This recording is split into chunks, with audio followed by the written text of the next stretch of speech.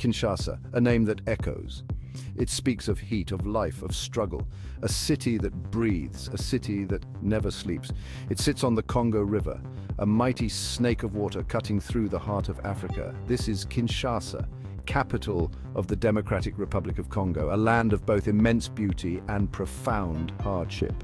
Millions call it home, drawn by the promise of opportunity, by the energy that crackles in the air. For some, Kinshasa offers a taste of modernity. Tall buildings pierce the sky, a testament to ambition and progress. Traffic chokes the streets, a symphony of horns and shouts. Markets overflow with vibrant colors, the smells of spices and grilled food filling the air. But beneath this surface, another Kinshasa exists. A Kinshasa of dusty streets and crowded slums, a Kinshasa where the fight for survival is a daily reality. This is the Kinshasa of resilience, where hope persists even in the face of adversity. This is where the true heart of Kinshasa beats. The Congo River, a source of life and a path to the Atlantic, has shaped Kinshasa's destiny.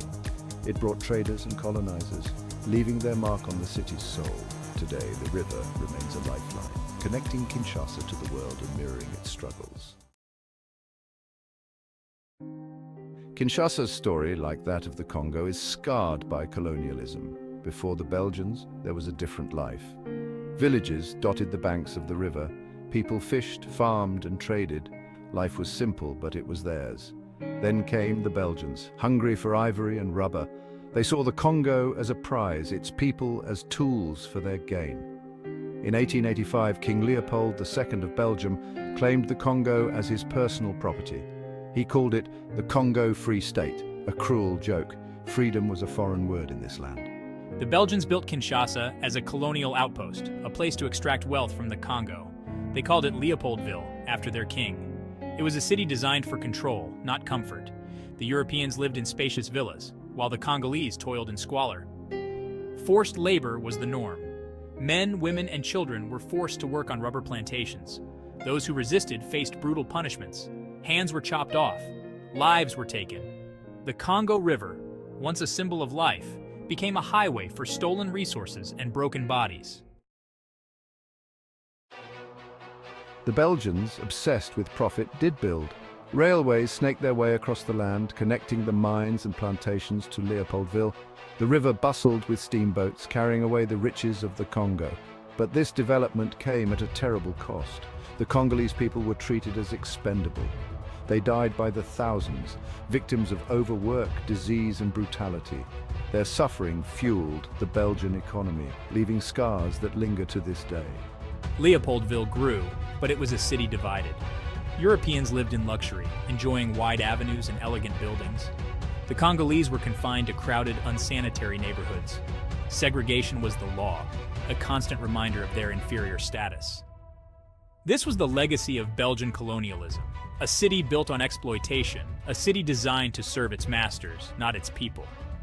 The Congo River flowed on, a silent witness to the injustices inflicted upon its shores.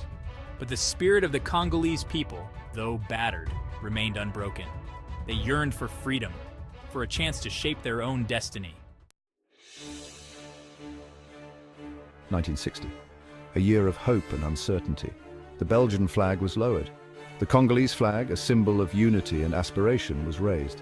Leopoldville was renamed Kinshasa, a Congolese name, a reclaiming of identity. But the transition to independence was far from smooth.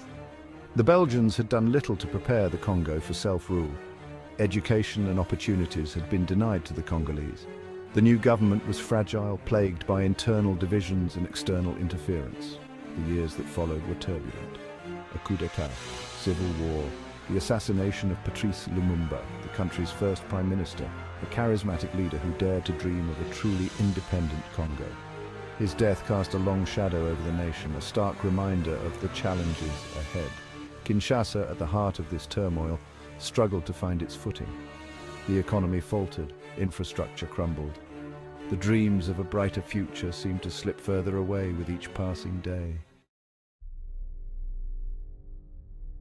In the midst of this chaos, a new figure emerged, Mobutu Sese Seko. A military man, he seized power in 1965, promising stability and order. Instead, he ushered in an era of authoritarian rule that would last for decades. Mobutu renamed the country Zaire, part of his policy of authenticity, an attempt to erase the vestiges of colonialism and forge a new national identity. He donned leopard skin hats and carried a carved cane, cultivating an image of power and mystique. Under Mobutu, Kinshasa became a showcase city. He poured money into grand projects, building stadiums, highways and skyscrapers. He hosted international events, seeking to elevate his own status and that of Zaire. But this facade of progress hid a darker reality. Corruption was rampant. Human rights were routinely violated. Mobutu amassed a vast personal fortune, while the majority of the population languished in poverty. Kinshasa, once a symbol of hope, became a symbol of kleptocracy, a city ruled by greed and fear. Today, Kinshasa is a city of stark contrasts. It's a place where immense wealth exists alongside abject poverty, where the modern and the traditional collide in a chaotic tapestry. In the city center, glass and steel towers rise above the sprawling slums. Luxury cars navigate streets clogged with battered taxis and dilapidated buses. Air-conditioned shopping malls offer imported goods, a world away from the bustling markets where most residents buy their daily necessities. The Gombe district, perched on a hill overlooking the Congo River, is a haven for the elite. Mansions with manicured lawns stand as a testament to the vast inequalities that define Kinshasa. Here, life is good, insulated from the struggles of the majority. But venture beyond these enclaves of privilege and a different Kinshasa emerges. The vast majority of the city's population lives in sprawling slums known as sites. Here, life is a daily struggle for survival. Basic services like clean water and sanitation are scarce. Unemployment is rampant. The cities, though plagued by poverty, are far from devoid of life. They are vibrant communities teeming with energy and resilience. Here, amidst the crowded streets and makeshift homes, the true spirit of Kinshasa endures.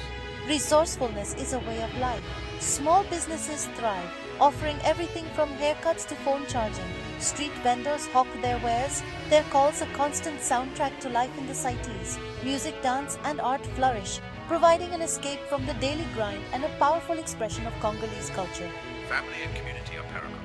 Neighbors help each other. Elders are respected.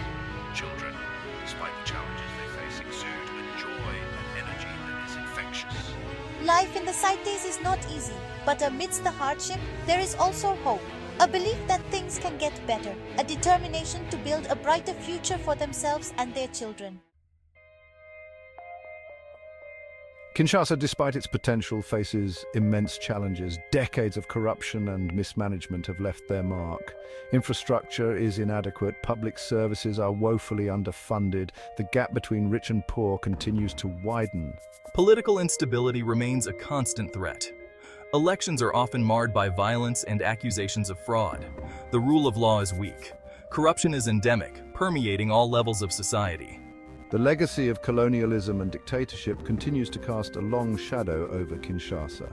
The city, though no longer under direct foreign control, remains vulnerable to exploitation by outside powers seeking to profit from its vast mineral wealth. These challenges are daunting, but they are not insurmountable. Kinshasa, with its vibrant culture and resilient people, has the potential to overcome these obstacles and build a brighter future. Despite the challenges, there is hope for Kinshasa. A new generation is emerging, eager to break with the past and build a more just and equitable society. Civil society organizations are working tirelessly to improve the lives of ordinary citizens, providing education, healthcare, and advocating for their rights. Entrepreneurship is flourishing, driven by the ingenuity and determination of the Congolese people. Small businesses are creating jobs and stimulating economic growth. The informal sector, though often overlooked, plays a vital role in the city's economy. International partnerships are providing much-needed investment in infrastructure and development projects. While these partnerships must be carefully managed to ensure they benefit the Congolese people, they offer a glimmer of hope for a more prosperous future. Kinshasa's greatest asset is its people, their resilience, their creativity, their unwavering belief in a better tomorrow. It is this spirit that will ultimately determine the city's fate. The Congo River, which has witnessed so much suffering, also carries the promise of renewal. As Kinshasa looks to the future, it can draw strength from its turbulent past, from the spirit of those who never gave up hope. The journey ahead will be long and arduous, but the destination, a Kinshasa that fulfills its promise as a beacon of hope and progress, is worth striving for.